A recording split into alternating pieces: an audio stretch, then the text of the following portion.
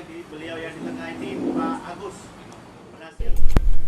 Di tengah persiapan jelang putaran Liga 2, manajemen tim Sriwijaya FC pada Selasa 31 Oktober 2023 menggelar press conference di Cafe Montek membahas terkait beberapa persalahan yang dihadapi tim Sriwijaya FC.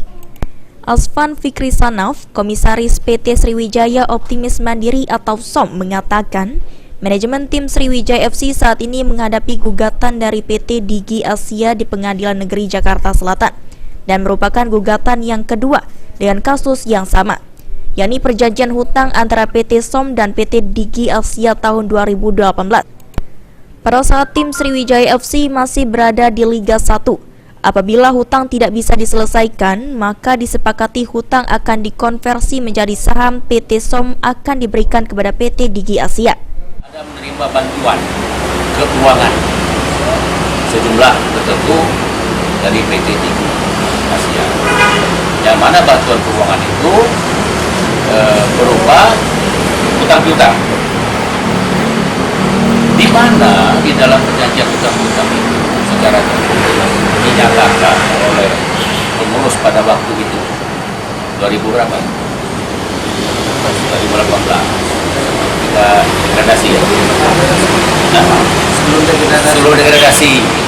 degradasi ada perjanjian hutang piutang itu untuk keberlangsungan PT SOM, keberlangsungan SMC. Tetapi dalam perjanjian itu disebutkan apabila hutang itu tidak bisa diselesaikan oleh PT SOM, maka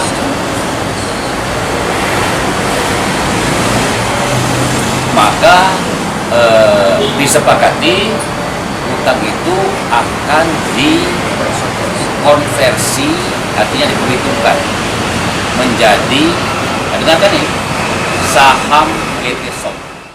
Kuasa hukum tim Sriwijaya FC Agus Mirantawan menambahkan, untuk gugatan PT Digi Asia terhadap PT SOM sudah diproses cukup lama dan sebentar lagi menunggu putusan.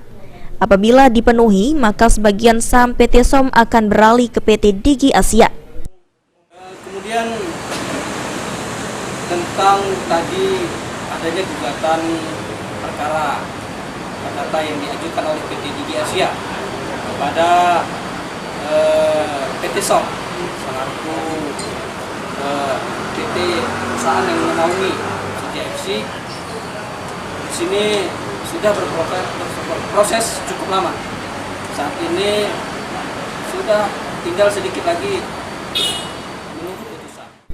Eki Saputra, PAL TV.